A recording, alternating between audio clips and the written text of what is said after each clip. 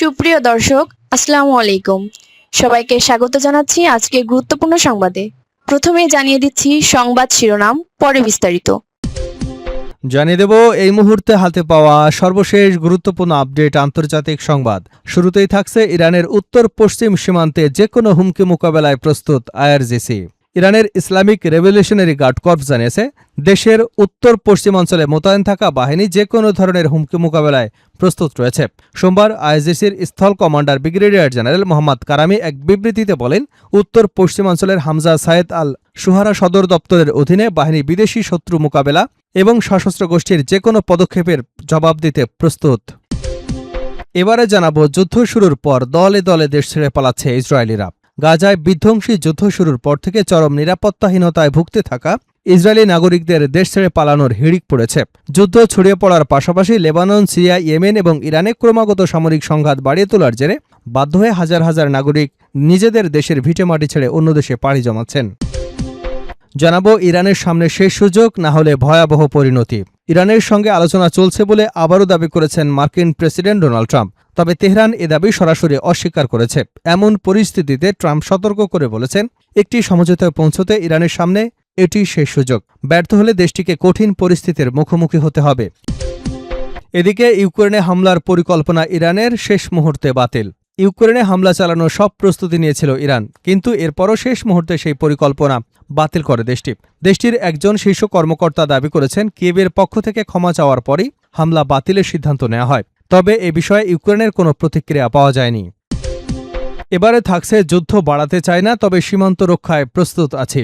ইরানের president Masoud Pezeshkian বলেছেন, Tehran যুদ্ধের পরিধি বাড়াতে চায় না, তবে দেশের সীমান্ত রক্ষায় ইরান দৃঢ় অবস্থানে রয়েছে। মঙ্গলবার ইরানের রাষ্ট্রীয় সম্প্রচার মাধ্যম IRIBর খবরে বলা হয়, family medicine and referral system national প্ল্যানের দ্বিতীয় ধাপ উদ্বোধন অনুষ্ঠানে তিনি এ মন্তব্য করেন। এবং সর্বশেষ জানাবো, হামাস নিরস্ত্র না হলে গাজা ছাড়বে না ইসরায়েল।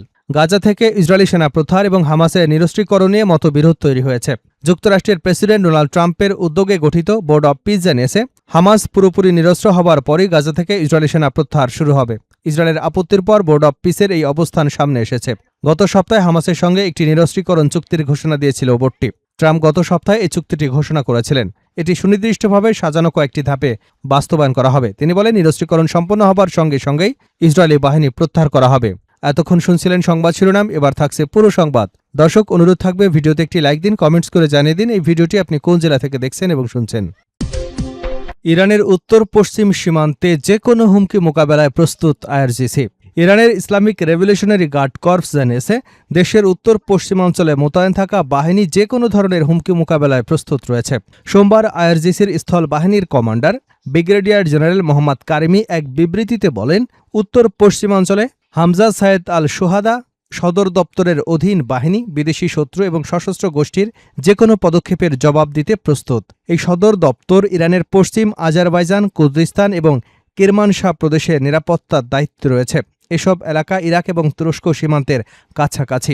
ইরানের উত্তর পশ্চিম সীমান্তের উপরে ইরাকের কুর্দিস্তান অঞ্চলে কয়েকটি ইরানি কুর্দি বিরোধী গোষ্ঠীর ঘাঁটি রয়েছে। দীর্ঘদিন ধরে এসব গোষ্ঠীর সঙ্গে আইআরজিসির উত্তেজনা চলছে। চলতি বছরের ফেব্রুয়ারিতে ইরানকে ঘিরে যুদ্ধ শুরু হবার পর থেকে ইরাকের কুর্দিস্তান অঞ্চলে থাকা এসব ঘাঁটির অবস্থানে একাধিক ক্ষেপণাস্ত্র ও ড্রোন হামলা চালিয়েছে ইরান। এর আগে সোমবার ইরানের সেনাপ্রধানের উপদেষ্টা ব্রিগেডিয়ার জেনারেল মোস্তাফা সাফারি দাবি করেন, ইরাকের কুর্দিস্তান অঞ্চলের সুলাইমানিয়া, এরবিল প্রদেশে ইরানের সেনাবাহিনীর 14টি স্থল অভিযান পরিচালনা করেছে। যুদ্ধ শুরুর পর দলে দলে দেশ ছেড়ে পালাচ্ছে ইসরায়েলিরা। গাজায় বিধ্বংসী যুদ্ধ শুরুর পর থেকে চরম নিরাপত্তাহীনতায় ভুগতে থাকা ইসরায়েলি নাগরিকদের দেশ ছেড়ে পালানোর হিড়িক পড়েছে।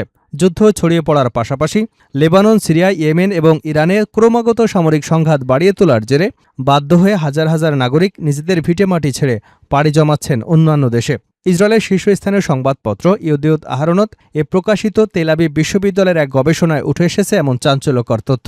প্রতিবেদনে জানানো হয়, 2023 সালের অক্টোবর মাসে যুদ্ধ শুরু হবার পর থেকে দেশ ছাড়ার এই প্রবণতা রেকর্ড গতিতে বেড়েছে। সমীক্ষার তথ্য মতে গত 3 বছরে প্রায় 2,68,000 ইসরায়েলি স্থানীয় বা দীর্ঘমেয়াদে দেশ ছেড়ে পালিয়ে গেছে। পরিসংখ্যান বলছে, 2023 সালে ৮৬,৫০৯ জন, 2024 সালে ৯১,৪৯৯ জন, 2025 সালে ৯০,৯২২ জন নাগরিক দেশ ছেড়েছেন, যারা টানা অন্তত 3 মাস বা তার বেশি সময় ধরে আর দেশেই ফেরেননি। গবেষণায় দেখা গেছে যুদ্ধ শুরুর আগে 2010 থেকে 2019 সাল পর্যন্ত যেখানে বছরে গড়ে 60,000-এর মতো নতুন ইসরায়েলি ছাড়তেন, যুদ্ধ পরিস্থিতি সেই চিত্র বদলে দিয়েছে। বর্তমানে প্রতি বছর গড়ে অন্তত 90,000 মানুষ পালাচ্ছে। সবচেয়ে আশঙ্কাজনক বিষয় হল দেশ ছেড়ে পালিয়ে যাওয়া ব্যক্তিদের বড় অংশই উচ্চশিক্ষিত এবং দক্ষ পেশাজীবী। চিকিৎসক, বিশ্ববিদ্যালয়ের অধ্যাপক, প্রকৌশলী এবং উচ্চ প্রযুক্তি খাতের বিশেষজ্ঞরাই বেশি হারে নিরাপদ আশ্রয়ের খোঁজে বিদেশে পাড়ি জমাচ্ছেন। ইসরায়েলের মেধাভিত্তিক অর্থনীতি এতে মারাত্মক ধসের মুখে পড়েছে। তেল আবিব বিশ্ববিদ্যালয়ের কোলার স্কুল অব ম্যানেজমেন্টের অধ্যাপক ইতাই আতের এই গণহারে দেশত্যাগের ঘটনাকে গভীর সংকট বলে সতর্ক করেছেন। যুদ্ধ দীর্ঘায়িত হতে থাকায় নিরাপত্তার আশায় পালিয়ে যাওয়া এসব নাগরিকরা নিকট ভবিষ্যতে নিজ দেশে আদৌ ফিরবেন কিনা তা নিয়ে ঘোর অনিশ্চয়তা তৈরি হয়েছে। ইরানের সামনে শেষ সুযোগ, না হলে ভয়ঙ্কর পরিণতি, ট্রাম্পের কড়া হুঁশিয়ারি। ইরানের সঙ্গে আলোচনা চলছে বলে আবারও দাবি করেছেন মার্কিন প্রেসিডেন্ট ডোনাল্ড ট্রাম্প। তবে তেহরান এ দাবি সরাসরি অস্বীকার করেছে। এমন পরিস্থিতিতে ট্রাম্প সতর্ক করে বলেছেন, একটি সমঝোতায় পৌঁছতে ইরানের সামনে একটি শেষ সুযোগ।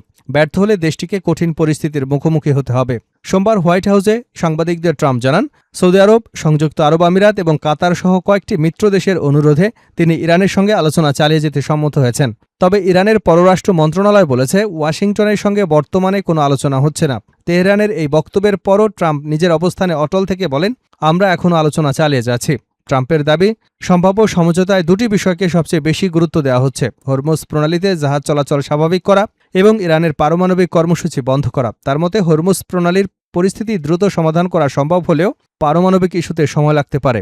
তিনি বলেন, ইরানের জন্য একটি ভালো চুক্তি করবার শেষ সুযোগ। পরিস্থিতি আরও খারাপ হবার আগে আমি তাদের আরেকটি সুযোগ দিতে চাই। এদিকে হরমুজ প্রণালী ঘিরে উত্তেজনা আরও বেড়েছে। যুক্তরাজ্যের সামুদ্রিক নিরাপত্তা সংস্থা ইউকেএমটিও জানিয়েছে, ওমান উপকূলের কাছে একটি পণ্যবাহী জাহাজে অজ্ঞাত উৎস থেকে ক্ষেপণাস্ত্র আঘাত এনেছে। ঘটনাটি তদন্ত করছে সংস্থাটি। ইরানের পররাষ্ট্র মন্ত্রণালয়ের মুখপাত্র ইসমাইল বাঘাই জানিয়েছেন, হরমুজ প্রণালী দিয়ে নিরাপদ জাহাজ চলাচল নিশ্চিত করতে ওমানের সঙ্গে আলোচনা চলছে।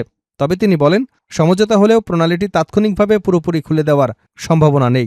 এর আগে ট্রাম্প ইরানের জ্বালানি অবকাঠামোয় বড় ধরনের হামলার হুমকি দিয়েছিলেন। পরে তিনি জানান, একটি সম্ভাব্য চুক্তির কাঠামো তৈরি হয়েছে।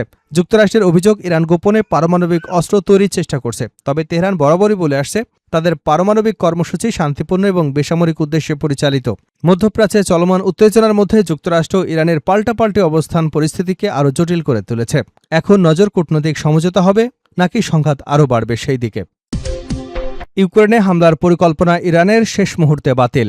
ইউক্রেনে হামলা চালানোর সব প্রস্তুতি নিয়েছিল ইরান, কিন্তু এরপরেও শেষ মুহূর্তে সেই পরিকল্পনা বাতিল করে দেশটি। দেশটির একজন শীর্ষ কর্মকর্তা দাবি করেছেন, কিয়েভের পক্ষ থেকে ক্ষমা চাওয়ার পরই হামলা বাতিলের সিদ্ধান্ত নেওয়া হয়। তবে এ বিষয়ে ইউক্রেনের কোনো প্রতিক্রিয়া পাওয়া যায়নি। সোমবার ইরানের রাষ্ট্র টেলিভিশনকে দেওয়া এক সাক্ষাৎকারে মহসিন রেজাই বলেন, হামলার জন্য ইরানের সশস্ত্র বাহিনী সব ধরনের প্রস্তুতি সম্পূর্ণ করেছিল, তবে পরে ওই অভিযান বাতিল করা হয়। তিনি আরও সতর্ক করেন, ইরান নির্ধারিত নৌপথের বাইরে হরমুজ প্রণালী দিয়ে কোনো জাহাজ চলাচলের অনুমতি দেবে না। তার দাবি, কোনো শত্রু নৌযান যদি অবৈধ নৌপথে ব্যবহার করবার চেষ্টা করে তাহলে সেটিতে হামলা করা হবে। রোজাই আরও বলেন, সম্প্রতি 17 দিনব্যাপী সংঘাতে যুক্তরাষ্ট্রের সামরিক বাহিনীর বড় ধরনের ক্ষয়ক্ষতি করেছে ইরান। তার দাবি, ইরানের ক্ষেপণাস্ত্র ড্রোন হামলায় ওয়াশিংটনের সামরিক লক্ষ্য ব্যর্থ হয়েছে। প্রসঙ্গত, গত 25শে জুলাই ইরান অভিযোগ করে যে ইউক্রেন ক্যাসপিয়ান সাগরে একটি ইরানের বাণিজ্যিক জাহাজে হামলা চালিয়েছে। এতে জাহাজটির একজন নাবিক নিহত হয়েছেন। এরপর ইরানের পররাষ্ট্রমন্ত্রী আব্বাস আরাকসি ইউক্রেনের পররাষ্ট্রমন্ত্রী আন্দ্রেই সিভাকে জানান, ওই হামলায় যে ক্ষয়ক্ষতি হয়েছে তার জন্য তেহরানকে ক্ষতিপূরণ দিতে হবে ইউক্রেনের। মূলত গত ফেব্রুয়ারিতে যুক্তরাষ্ট্র এবং ইসরায়েলের ইরানের উপর হামলা চালানোর পর থেকেই মধ্যপ্রাচ্যে উত্তেজনা ব্যাপকভাবে বেড়ে যায়। আর এর জবাবে তেহরানও পুরো উপসাগরীয় অঞ্চলের বেশ কয়েকটি দেশে পাল্টা আঘাত হানে। এরপর এপ্রিল মাসে যুক্তরাষ্ট্র ইরানের যুদ্ধবিরতি সম্মত হয়। পরে জুনে পাকিস্তানের মধ্যস্থতায় দুই দেশ একটি সমঝোতা স্মারকে সইও করে। এর লক্ষ্য ছিল সামরিক সংঘাতের অবসান ঘটিয়ে স্থায়ী শান্তি প্রতিষ্ঠা করা। তবে গত মাসে সেই সমঝোতা ভেঙে পড়ে। এরপর প্রায় 2 সপ্তাহ ধরে যুক্তরাষ্ট্র ও ইরান পরস্পর পাল্টা হামলা চালায়।